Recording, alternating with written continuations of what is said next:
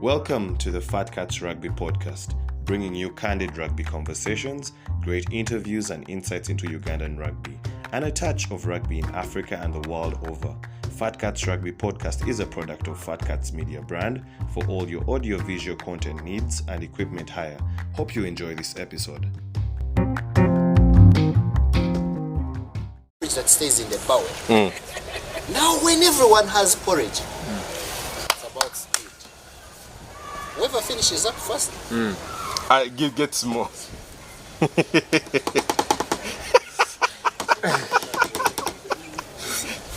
bro, it's like we had fridges in the mouth. You're in the military set. Hot porridge, but the way you would consume it. I've received my message of the Also census. used to call it suicide. What was suicide again? Boiling a cup of premixed bush in a drum of hot water, hoping that the water would boil and it cooks your bush. But sometimes you'd get impatient and you just bang it and you take it the way it is. Then you just find a guy like at midnight on the walls of the latrine. Those are what they call high school chronicles. And those are the guys who are going to be counted tomorrow. Yeah, definitely. Those are the guys who are making calls. Come and they count you from Come my and they place. count you from my place. Do you know how many calls are being made like around this time? Tomorrow. Guys are just too strategic. Even young lawyers are making those calls. With what Wi-Fi? But do you know what's funny The enough? message may reach tomorrow. What's funny enough? There are some chicks who are going to buy that message. And like you come and they count you. Crazy. Anyway, on the eve of census, where we get to be counted, they are going to ask people how many children you have. I don't know what Edwin is going to say. How many wives you have. I don't know what our guest is going to say. Of course, me, I'm innocent, so those things don't affect me so much. But You have a glass, he has a glass, I don't have a glass. This is a sign I'm not married, so moving on from there. Ruben is married. Podcast. Married to who? He's going to say rugby. To Nailo. The breakdown. Yeah. We are here. Disregard all the conversations that are happening. We're here to look at a couple of things that have been happening in the rugby in the country. Of course, with Edwin back from wherever he has been hiding. You've been MIA from podcasts. Young lawyer problems. Young lawyer problems. But there has been a bit of discussion. Some people are doubting the fact that you're a young lawyer. There was a submission that said that you were at Namilyango when Namambe wasn't even an industrial park. And how dare you call yourself a young lawyer? Kapata of Walukuba is one started that jazz. So as a result, I am going to drop the artwork I had kept of Walukuba where they were eliminated, and they are not going to like it because I have been provoked. And But are you a young lawyer? Yeah, I qualify.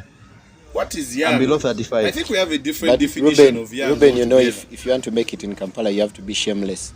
Yeah, that is true. Yeah, of course, rugby is very interesting that there are so many things that go on, but even just Uganda in general, there's always something going on. I strongly believe it is scripted, but who am I to say? But on a weekend when a couple of teams were eliminated from the quarterfinals of the championship playoffs, we did put out a couple of posters. Many people were like, how can you be that harsh? But facts are facts. Today I want us to just break down a couple of things. But before we even get into the review of what happened in the quarterfinals and what is going to be happening in the semi-finals, let's just look at, of course, what Uganda Sevens coach Tolbert Onyango released today. The squad that is going to be representing in Munich, the last circuit before the playoffs. Of course, mathematically and realistically, it wasn't possible for Uganda to make it all through, but I'm happy with the team that he put out. Of course, if I'm just to quickly go through it: Alex Aturinda, Timothy Mugisha, Shimwa Davis, Tukey Aaron, Corey William, Norbert Okenyi Sexton, Etwao Dennis, Marco Suna, Karima Renaitwe, Olango Alan, Roy Chizito, and Mubarak Wandera. Many of the guys that are normally on the sidelines or on the fringes, I should say, this time getting their call. For those that are wondering who is in the middle of myself and Edwin, it is Brian Muhumuza from the Ug Rugby Fanzone. Welcome to the podcast. The OGs of Ugandan rugby. The OGs. Thank you so much, Ruben. What a pleasure to be here with you guys. Before we even jump into all this cover, how has the season been for you from a Ug Rugby Fanzone point of view? Exciting, very exciting. I think the championship format, which at the start of the season caused so many feathers to be rattled. I mean, people are complaining. Games are few now. The teams wouldn't have enough match day revenue, that kind of thing. To be a champion, you have to do more because previously in the league you have just beat your rivals and then make sure you don't lose, and then you're champion at the end of the season. But very exciting. A couple of upsets. Mongas beating Pirates, Buffalo's beating Pirates, Heathen surviving in Ginger with the draw, and then against Walukova with the last play try to win. Cobb starting the season with some unsteady form. So the season has been very exciting, but I must say the new championship has provided what you would ideally call the lesser teams with a chance, to make big things in the playoffs. We saw how Rhinos almost upset the Pirates to make the semi-finals, and now previously the Hippos, who wouldn't have a chance, to win the league, have a chance. All they have to do is make sure they beat the Pirates home and away, and then they have a shot at winning the league. So a very exciting season. Teams have improved. The gap between what you would call the top teams and the lesser teams has narrowed down. The level of rugby is definitely better than last season. So yes, it has been a very good season from our perspective. Okay, Edwin, from your perspective, what have you seen that has caught your attention or your eye from the championship this season? I think the level of competition has stepped up a notch. Not to say the other editions of the competitions were not as competitive, but I think the competition has been a notch higher, and seeing the impact of home games for particular teams, Mongas, how they managed to sail through, disturbing a few teams, disturbing Rhinos, disturbing Pirates as well, goes to show that it has, in one way or the other, put the teams on championship mode, focus on one game at a time, and at the same time mindful that whatever your fixture, you maximize your fixture list. So if you Rhinos and you start with the lower tier sides, finish them off, and then use that experience to build up on the so-called top four sides. So I think it has raised the competition, and I'm very much interested to see how that plugs into the 15th team. Okay. Of course, we are here at the Gardens, Nigeria, a beautiful space where we normally shoot our podcasts, our conversations, and we normally afterwards have an experience.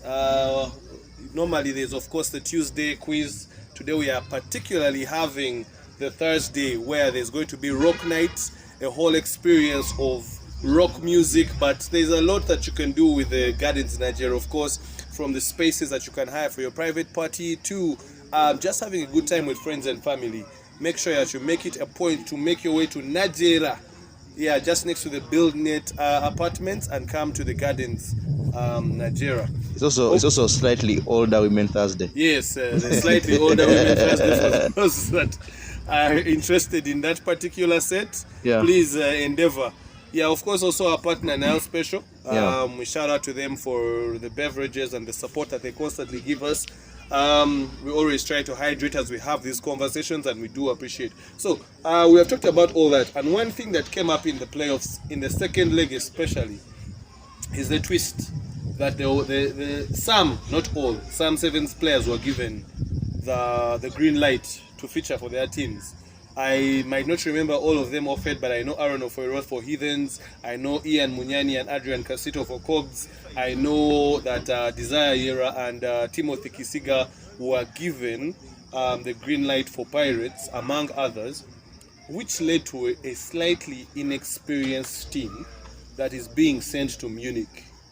from your perception, what do you think Tolbert Onyango is trying to go with? That kind of team that doesn't have the likes of Philip Okorash, doesn't have the likes of Isaac Massa, doesn't have the likes of Aaron Ofoiroth. What is your take? I'll start with you, Brian. Thank you, Ruben. For a long time, what was a worry in Ugandan rugby circles was, for a long time we put out a certain core of players to whatever sevens trip we had, be it Safari Sevens, be it Africa Sevens, be it all those invitational circuits we had, maybe Dubai, Cape Town. So I had a couple of core players, 5 or 6 players who would make every trip, year in, year out. But what changed this year is, unfortunately, after the events of Dubai and Montevideo, what happens is mathematically we're out. We will not be able to participate in that playoff to attain core status in Madrid. So I think what's at the back of Tolbert's mind is building for the future. Yeah. We've had a large sevens training group, but every time we'd have a particular group of players who wouldn't, make whatever trip it is. So yes, I think it's a very good thing. I mean, give these players, so many of them who are very young, give these players that exposure, that experience of going to a circuit, playing against these top teams, and in a year or two, they'll be ready to be either in our core team or backup. So I think it's a very, very good thing. Alan Olango is back in the team. Yeah. Roy Kizito getting another outing. We're seeing Timothy Mugisha. And Nkore looking like he's one of the senior players in that particular team. And also, yes, Mubarak Wandera. Your thoughts on what you think Coach Tolbert is trying to go for? Yeah, I think it's an opportunity to show our depth. I think when we've had many tournaments over time, and one of the questions that comes up is, suppose this one gets injured or can't travel, how deep are we as a country to do that? So to see a team travel without the, should I say, core 7 or core 8, and be able to, not to preempt what they're going to do, but to see them come out and look strong on paper is something very impressive. And what will happen on pitch, me personally, I will not really judge them because they are playing in their circumstances. We're not going to qualify. We don't have an opportunity to qualify. But what that puts them in their minds particularly is to ensure that they have the opportunity to show what they can do and see what would be very important for them to show in Munich. I think one of the things that personally I thought would send maybe a rookie side with some seniors for the Ghana All African Games, but I was told there was some catching involved. Serious business. So it was business as usual. So that was understandable. But to see our boys go, first experience, I think in Munich, Alan Olango, we last saw him, I think, in South Africa last year. So to see him back, see Roy Kizito back again from Dubai. I mean, those players going through those paces and being able to return to the team. Okay, I think we last saw him in South Africa last year as well. So to see them back is going to be something very impressive. I'll very much be on my Rugby Pass app watching those games eagerly. But I think the most exciting thing for me is seeing a team that doesn't have Adrian Casito and Aaron Ofoiroth.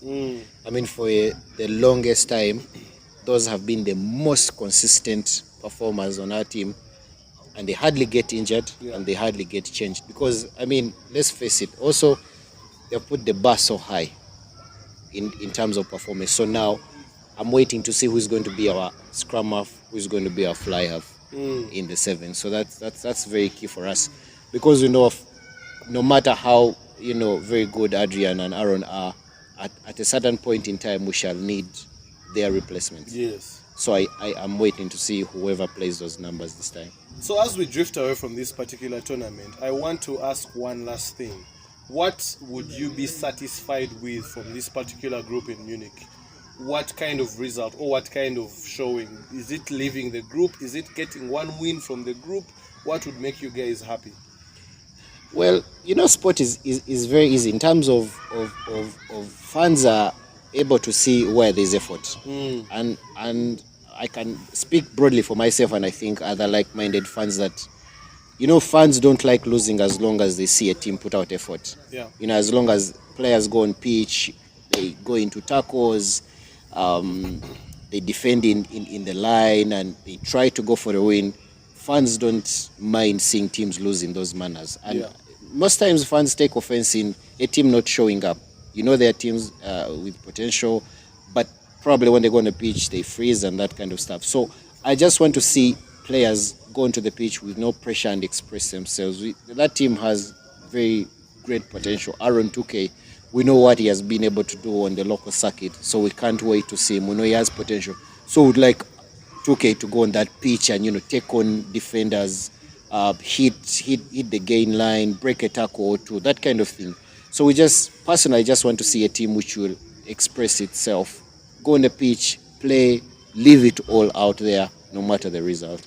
Okay, Edwin. Man, don't lose, man. Don't lose. Don't lose. Don't lose. Him to win the whole circuit. Yes, if that's what it takes. Give Toli reason to say that, hey, have I been using the wrong guys? Yeah, so don't lose. For me, that's the first thing. But in addition to that, I want to associate myself and say I'm also a like-minded fan.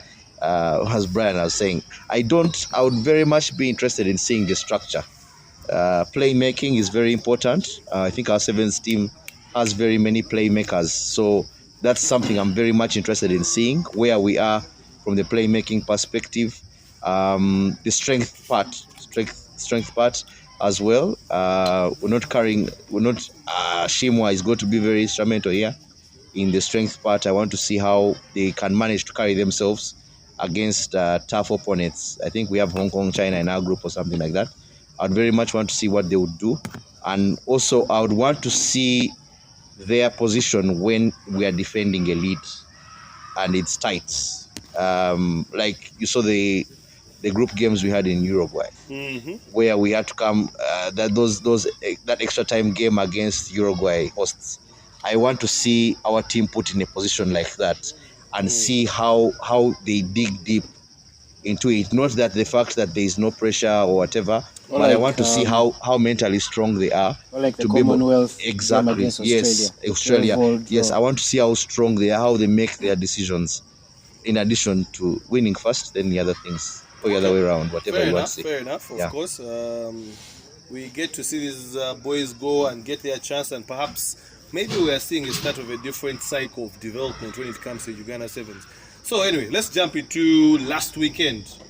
The beauty of the championship was the fact that from an assortment of 11 weeks of regular season action, so much happening, so many upsets, so many interesting results, there were 8 chosen.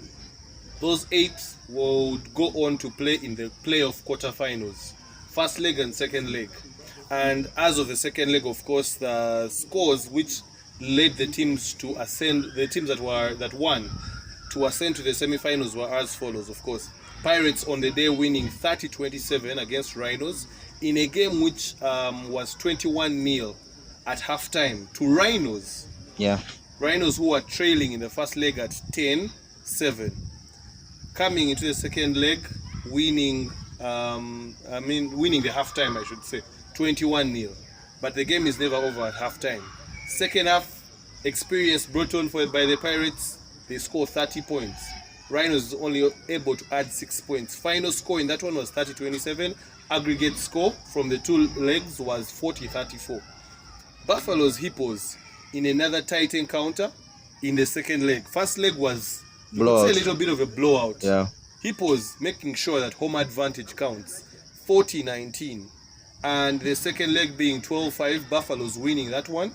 But unfortunately, aggregate score was 45-33 in favor of the Hippos. Walukuba and Heathens. You could say Walukuba has really punched above their weight, but Heathens showing why they are the supreme club in the country. First leg was a 25-0 victory. Second leg was 28-16 in favor of the Heathens still, in a game that they won 53-16 on aggregate. And Cobs taking on Mongers. If I'm not mistaken, I think the first leg was 2016, and the second leg The first leg was 17-13. 17-13. Oh Yeah. yeah, sorry, 17-13. I'm thinking about the regular season. 17-13, and Cobs in the second leg with a whooping 51-16. Yeah.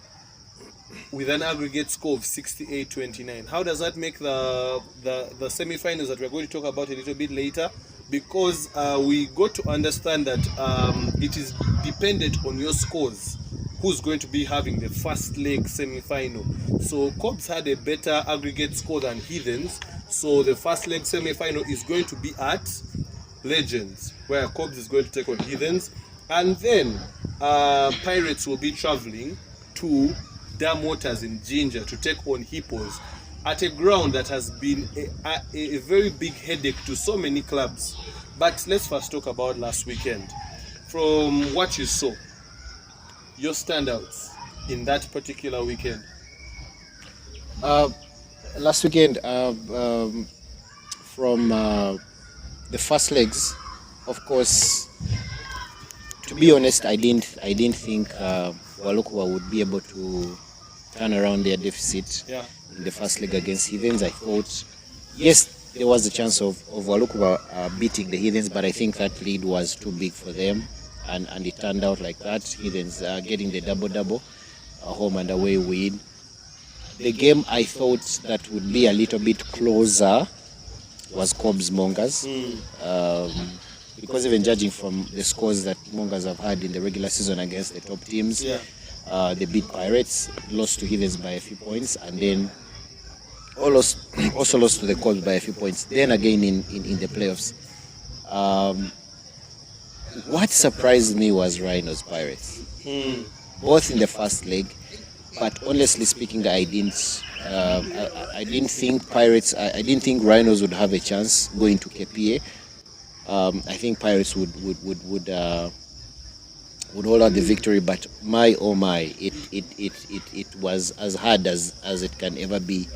And I must say this, I saw on social media throughout the week after that victory for the Pirates, so many people giving stick to Rhinos, or they blew this, or they fumbled, but I just want to say, let's be honest, Rhinos have never been in such a position, because we haven't had this format where we have playoffs. We haven't had playoff rugby in a long time. And the fact is, only Hippos, Pirates, Heathens, and Cobs have that mental strength to be in that position, because they have been in league battles over and over again. Rhinos hasn't been in such a position to test their mental strength.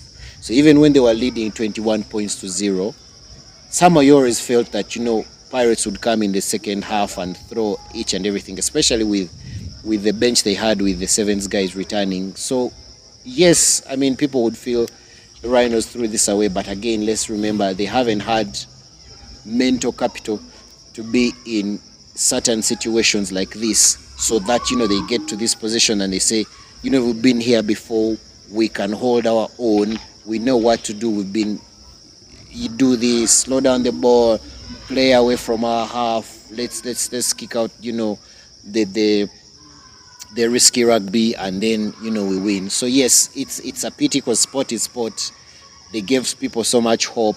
I remember I was at Legends, and so many people were glued on Kawo, and they were they're watching that game. But let's be honest and say, they put their hand up. Unfortunately, they couldn't get the win, but they'll definitely live to fight another day. And yes, that was it. Of course, once again, I thought Mongers Cobs would be very close, but again, the win against Mongers away in Entebbe, Cobs didn't play fancy stuff. They played basic rugby. They played away from their danger areas. They went for points. They battled. They defended for their lives. Because at halftime it was 11-0. But you see Mongers closed that down. But my legends, Cobs were very impressive. Benjamin Mwanguzi, Ian returning in the second half. And, like their hashtag is poetry in motion. That second half, they literally played champagne rugby. Yeah, but all semi-finalists deserve to be where they are. Okay, Edwin, so I know you watched the Cobs Mongers game. Yeah. And in a way, in rugby, we like doing something called cutting word. But it perpetuates the stereotype that Mongers cannot handle wide pitches. The very tight first leg, second leg comes and they are blown out. How did you see that game? What went wrong for the Mongers and what did Cobs do right? I think what went wrong for the Mongers was the kicks were missed. I think that was a big deal breaker for them because at a point in that game it was 7-6. And you could clearly see that Mongers had come to play. And even from the way the kicks were being missed, you could just see a little bit of... He missed like 2 directs, like you will see the wheel went out, but most of them were just short. So that plays into the stereotype that on a wider pitch where it's a little bit longer to kick may be a very big issue. But maybe in the revamped championship next season, they should have more away games, maybe. That could help. Yeah, but I could see the Mongers were a little bit dejected. They knew they had it.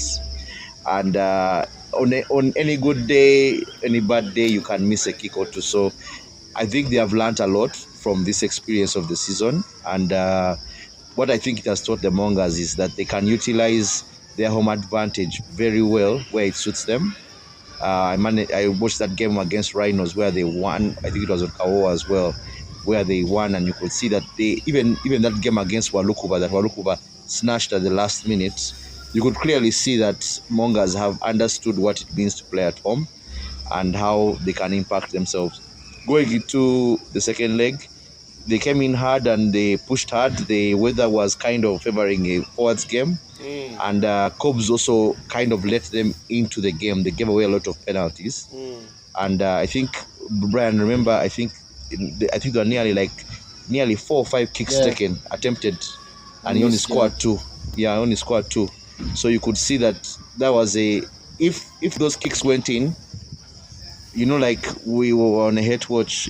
Pirates. We were on a hate watch. Well, it was a hate watch at Legends, and you could clearly see that if you were on any other ground and you saw a score line of maybe 15-17 at halftime in favor of Cobs, guys would be like, okay, this is a game. So I think that's where I think they lost that game.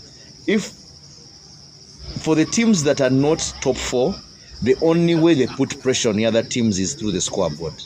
That's the only way they can manage that competition. I was talking to a Cobs fan and I told them that, look, you guys won, you are saying Rhinos choked. But in essence, if Cobs was also 21-0 down, you would expect the same show to come back in the second half and win the game. It's just the standards of those teams. So even these teams, as they get used to this setting and whatever, with time they will understand also how to play. Rhinos, that knock on at the last minute was painful. You could notice that all they needed to do was just really just slow it down. They did a good job slow it down, but you could see if they were a patient, maybe a third 2 minutes patient, they would have scored, because even the knock-on was so bad, the ball even went to Nathan's side and then he picked it up and kicked it out. So it's tight when a hooker picks up the ball and kicks it out. Yeah, so Pirates was on pressure. Cobs at one point were on pressure. Even Heathens, I think, in Walukuba at one point were in pressure. Not that on the scoreboard of the day, not an aggregate score, but you could clearly see that the teams that you'd call the midfield of the championship, they are starting to pick up. They are just maybe a player or 2 away from destabilizing maybe what you'd call the number 3 and 4 in the top 4 of Ugandan rugby.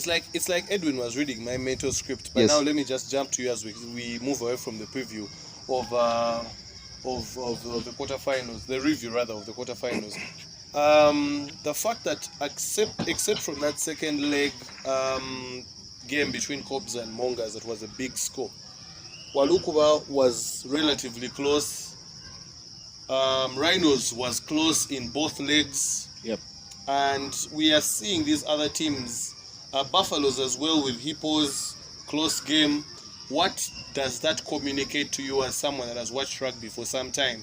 Of course, not forgetting that even in the regular season, we rarely had those things that we used to have in the past of so many 60, 70. There were a few, but there were not as many as previously had. Well, for starters, it proves that the game has grown countrywide. Yeah. And growth has gone on from these traditionally bigger sides to other teams. Yes, you mentioned how the scores are very close, and what that translates to me is if we do keep the same structure for the league next season, it will definitely even be closer. So yes, it just shows that rugby has grown, and the growth is not just in the big teams, and now we are seeing the so-called lesser teams now, Buffaloes, Rhinos, Mongas. They have structures, they have better players. You look at that Rhinos team, very young. We look at that Hippos team. Hippos is very good now, very much on the top table of Ugandan rugby. So yes, it shows that rugby has grown. It shows that going forward, the league isn't going to be between 2 or 3 teams. I remember Pirates took quite a while to get into the thick of things between Heathens and Cobs, because for a long time it was Heathens and Cobs, and then Pirates comes, and now it's a big 3, and now Hippos is there, it's a big 4. So who knows, maybe in the next 2 years it will be a big 6. Okay. All right, so of course that was it from the review of the quarterfinals. Now we move on to the semi-finals. But before we go into the semi-finals, let's touch a little bit onto the Women's Rugby Premiership that has 1 game week to go. Of course, just looking at something interesting, the Black Pearls are unbeaten in 11 games with 1 game to go, with 54 points. Thunderbirds with 45 in second. And then if we were to quickly drift up to the bottom, Panthers have 3 points, and She-Wolves in 6th have 12. 58-11 was the score at Kings Park Arena as the Black Pearl silenced the Nile Rapids in a repeat of what was the Uganda Cup semi-final. However, the score back then in the Uganda Cup semi-final was the Nile Rapids got the win that pushed them and gave them the momentum to win the Uganda Cup, the Ladies Uganda Cup. However, also important to note is that Emily Lekuru is at 64 tries, not points, tries. And when it comes to points, she is 300 plus. If I'm to be particular, she has 320 points. And the person following her has 111 points, which is also a Black Pearl, Charlotte Mudola. I want to talk about the state of the league in women's rugby. And what do you think about Black Pearls, Thunderbirds as the team that's trying to follow up, and also the bottom 2? I think when it comes to the women, I think it's very important now to see how the growth this season translates into 15s rugby. Okay. Because from the looks of things, it appears that 7s is more done and dusted and settled. They have their core team. I'm even told they're on contracts, so it's more of like a settled group as well. So now this would actually be the year of interest for those who follow a lot of women's rugby to take note of, particularly in the respect to 15s, how the coaches can build a squad from all those ladies sides and have them in the league, performing also at the level in national team. Black Pearls doing all that, even amidst challenges that have been highlighted before, is quite commendable. Managing to score all those points and have total domination of the league. I think not losing a game in like 3 years is something that should not go unnoticed. But I think majorly for me, I would focus on the teams that have come through. The Panthers playing their first 15 season. The She-Wolves also coming in from Bale, coming in to participate. I think it's very important to watch out for that key fixture involving them and Nile Rapids over the weekend and seeing if they can add on to their tally. I think you said they have 12 points. Yeah, so seeing how they can do that. And then also seeing the U's also become a team of substance. Not that they weren't before, but at least now they can also go in particular games. And as when we had our fans chat, Immaculate said that they felt it. The Thunderbirds felt it. If the women can do that as well, I think the bigger growth here is for the 15s team with their later tests coming up. Your thoughts on the women's league? First and foremost, I'm happy because our women's team, our women's rugby is growing. Shout outs, of course, to the Rapids and the Panthers, relatively new sides, getting into spaces they haven't been before. Panthers really competed very well. Rapids as well, of course, we knew them from their debut season in the Sevens, being a core team. But another thing we noticed is the Avengers struggling a bit because they have a couple of players they lost to the Sevens training group. Their captain Faith Namuga being away injured, she just got operated on. Thunderbirds going through a rebuilding phase, bringing a couple of youngsters. So it's not surprising that the Black Pearls have had what you would call an easy ride. But yes, I'm excited because all this means that next season is going to be better. Of course, there's if the youngsters from Thunderbirds mature, that means they'll have experience of quite a big season into next season. The Avengers as well. The Panthers, of course, they will definitely learn from this. The Nile Rapids now very much, into the thick of things. So yes, excited for women's rugby, and I know it's going to, greater heights next season.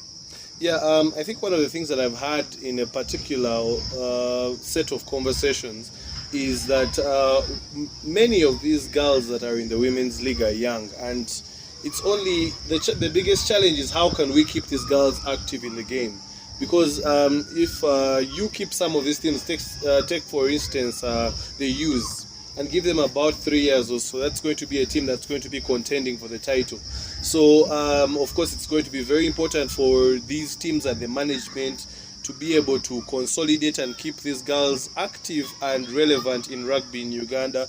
And of course this season not being a season of relegation, and there are of course rumors or communications that next season they might add some more teams into the women's league.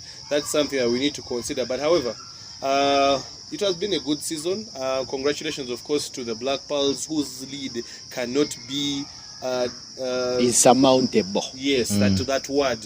For those that have studied enough English. Black Pearls winning yet again, continuing their dominance in the 15th league. And but let's jump into the semis. And then there were 4. Cobs, Heathens, Hippos, Pirates. First leg this weekend, all games on Saturday. Pirates traveling to Dam Waters to play Hippos. Heathens will be walking, literally. Crossing from Chadondo, going through Forest Mall, and it's no longer ShopRite, I don't know. Near Nonivi. I don't know if they will pass by Nonivi, but they have to make their way to Legends. It's about a 10-minute walk, and I like the way that the Chadondo camp does it. It's a whole big collection of people. Those days it used to be with a band. Michael Korash did tell us that they used to walk with the band playing, but this time no band. They will just be the family of Chadondo walking all through Forest Mall up to Legends, where they will be playing their first leg semi-final against eternal rivals, Cobs. Cobs have lost a lot to Heathens in the last few meetings, and I'm sure it is something that does not sit right with them. But to stimulate this conversation, of course, one of the things that I want to put out of the 6 top point scorers in the championship this year, Malcolm Okello of Heathens, who has 98 points, and Josiah Sepeke of Cobs, that has 73 points, are the only 2 players remaining actively in the championship semi-finals. The others have been eliminated. Of course, top still remaining Robin Ojua with 151, but not in contention anymore. So these 2 youngsters will be meeting in the semi-final. But your view of the semi-finals first leg, what do you guys think? Of course, considering home ground, history, form, and all other things put into consideration. It's mouth-watering. It's the thrill of this playoff rugby, pitting these rivals against each other is just great. Eternal Rivals, you talked about Cobs Heathens. It's probably the biggest fixture in Ugandan rugby. And now that more is at stake, adding the thought of Cobs not beating Heathens in a long time, and adding that the thought that there's more at stake, that if you beat whoever rival it is, you go to the finals. I'm so excited. I must say, of course, I'm a Heathens fan. I hope we win.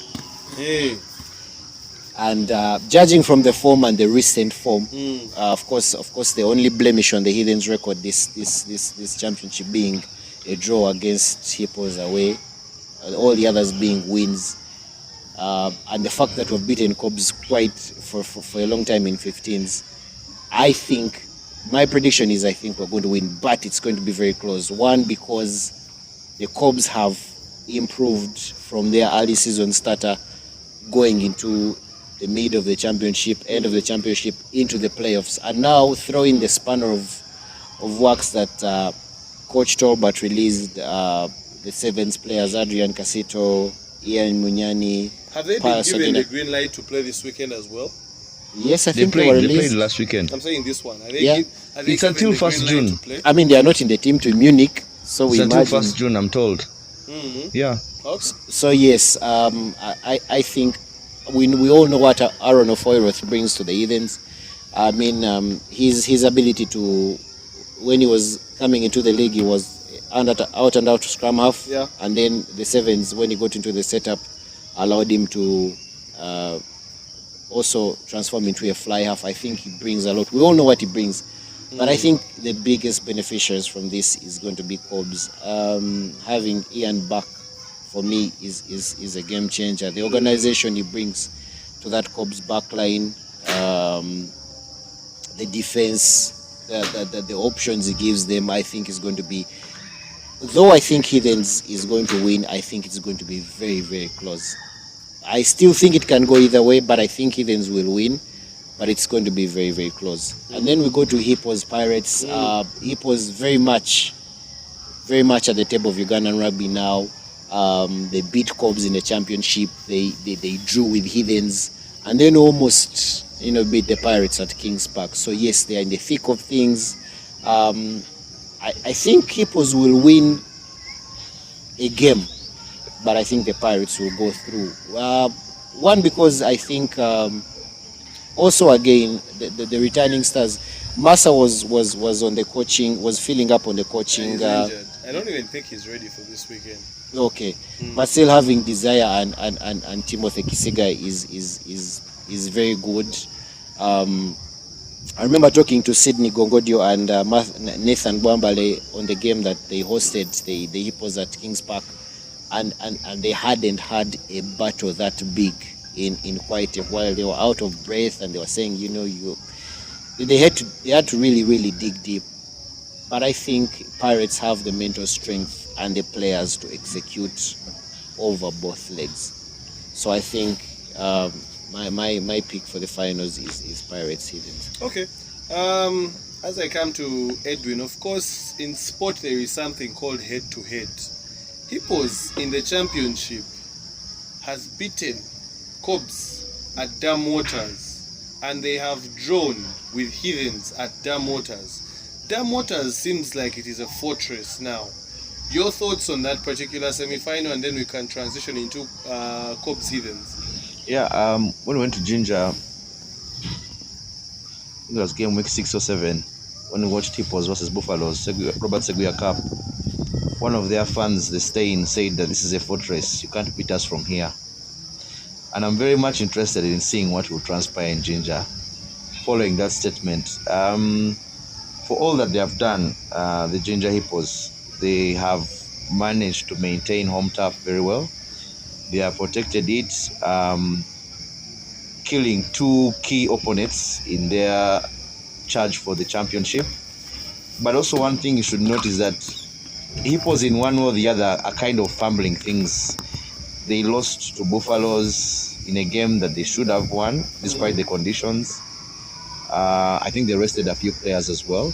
They had the luxury to do so following the first leg. But then also they lost to Mongas in the last game of the championship before the playoffs. So isometrics will show L, W, L. You get in their build up to this particular game, but I don't think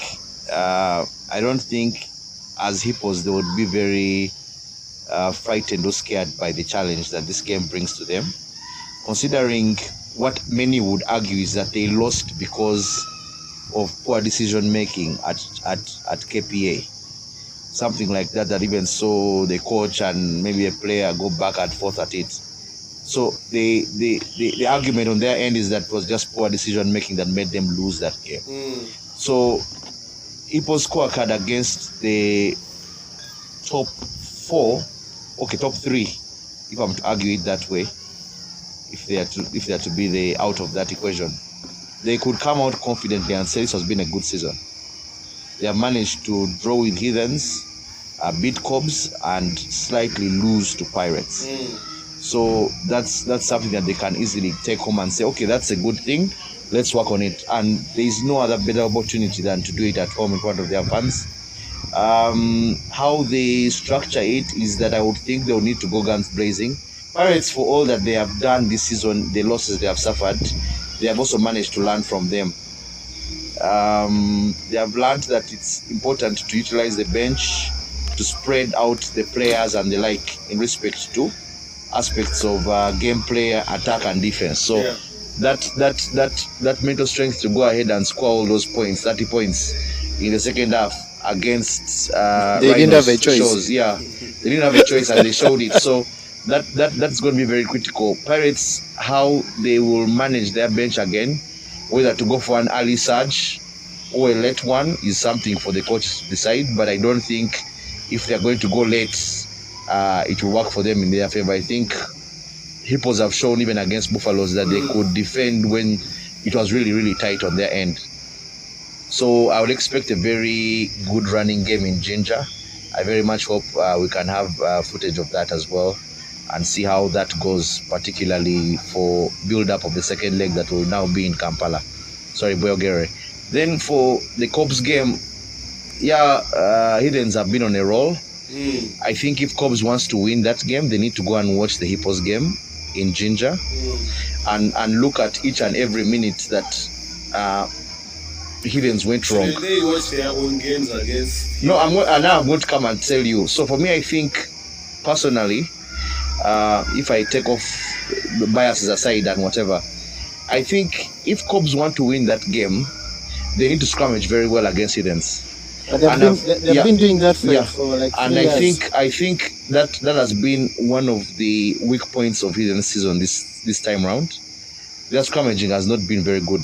I think if you watch the Buffaloes game, the last game of the season, they were being pushed, and that's not characteristic of Heathens. And I think for Cobs to get that ascendancy to beat Heathens, they need to do that.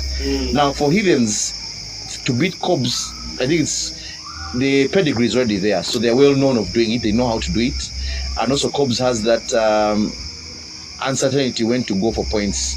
Considering now it's a two-leg affair, maybe they will consider it more often than usual, but they need to take the 3 points as soon as possible. Pick a leaf from Smack. Take the 3 points as much as possible, and score when you can. Because if you don't, I think that's going to be Cobs' biggest undoing. Because Heathens always, everyone, even those who are just watching, even neutrals, you can feel it in the air. It's like Usain Bolt is chasing you. When you get the baton before him, he's chasing you. Feel them. You just have a sense that Heathens is going to score. And that's, I think, one of their biggest strong points. So when you get that out of Heathens system and you score the points and make them use the scoreboard to put pressure on them to do what to do. Should we tap and go? Should we do that? That will be a key area. And I think also another area that Cobs has suffered on this season is lineouts. So the lineouts have been a little bit shaky, and Heathens, considering even they have Cyrus Wathum, Abba Champara, who are playing there at hooker, who can adequately throw that ball. So Cobs needs to put pressure on the lineout as well. They need to get their throws right and put pressure on that. And I think one of the things that came out also in the game that was in the Uganda Cup semi-final, as well as the game against Mongas, is Cobs needs to work on their clearance kicks. off the ruck and the scrum down. They will very much be punished by Hiddens. All you need to do is have Odoch just to run. Give him space to run like from 5 meters behind the ruck to charge down a ball. He might miss 7, but he'll end up getting 1. And it will be that kind of Razzie, Erasmus, Charles, Lynn Colby thing, where he said the coach told me just keep on, then we got 1. So that's somewhere I think also where Cobs needs to work on the exits. And also I think the combinations for this game need to be mouth-watering. I think Brian knows we've been having discussions about what will the partnerships be, considering Cobs are getting players back, and how Aaron will slot into Hivens as well and give us the battle we deserve. I think there's that opening fixture where the Adrian Casito try and Uhuru red card happened. That was a very good fixture, so we're hoping for more of that. And quite honestly, if you were to take it from a neutral's point of view, may the best team win. Yeah, everything of course but the red card is what we expect. So, gentlemen, as we start to close, thoughts on, of course, the bottom side of things. This championship has been very uncompromising. Yeah. And then on the other side, you'll see there is Eagles taking on Impis, and then you'll see Rams taking on Warriors. Thoughts? If I'm correct, there are one of games. 2 legs. No, Two legs. 2 legs. Kivali ambush. No ambush. Warriors, Rams, and then Eagles, Impis. It's hard, but I don't see Impis overcoming Eagles.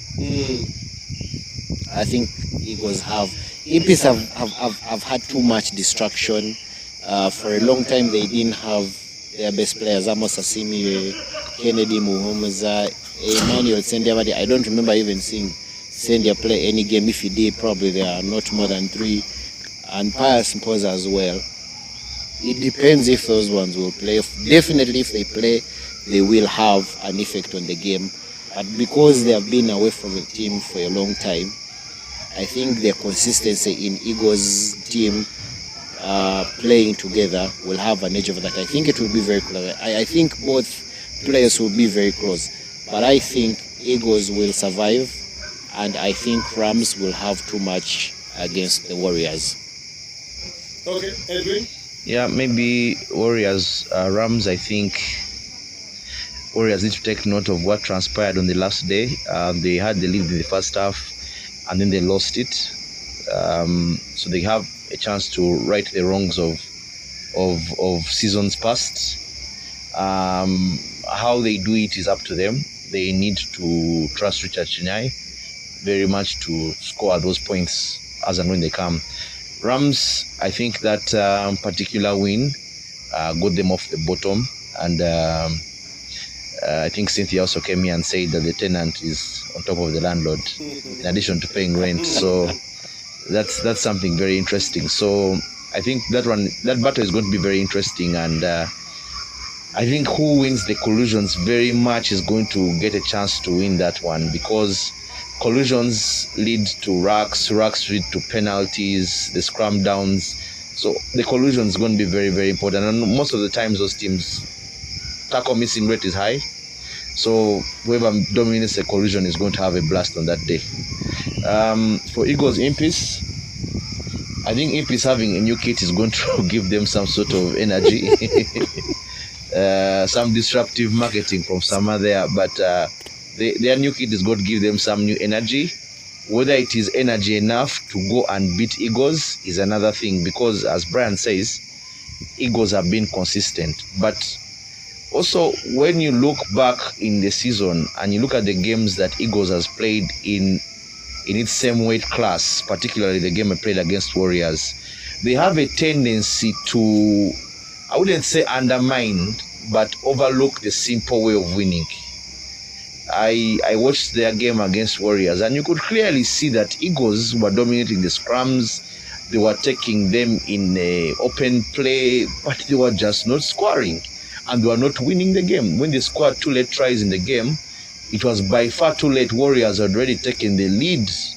Mosisi, Gabriel Aredo, were having a blast on them. So Eagles, in all that they do consistently and putting up good performances, they also have moments where they lapse a bit. And I think if they really, really want to give Impis an upset, should I say an upset because they are the ones who have been promoted, they really need to go back and look at those games where they played teams in their weight class and focus on that.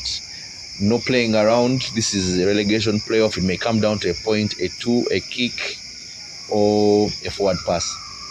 Dexy, what's up?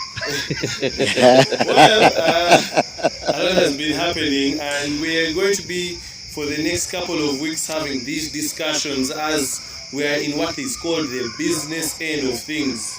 Of course, special thanks to partners Ug Rugby Fanzone for being part of this experience, and with the weeks coming, we hope to have more of this.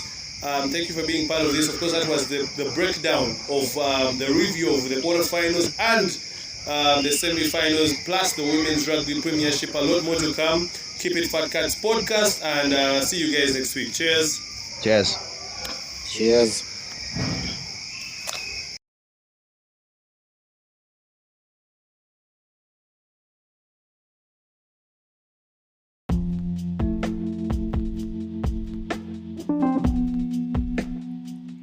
Thanks for listening in. Share with us your thoughts from today's episode, and don't forget to follow us on Facebook, Instagram, Twitter, and subscribe to our YouTube channel.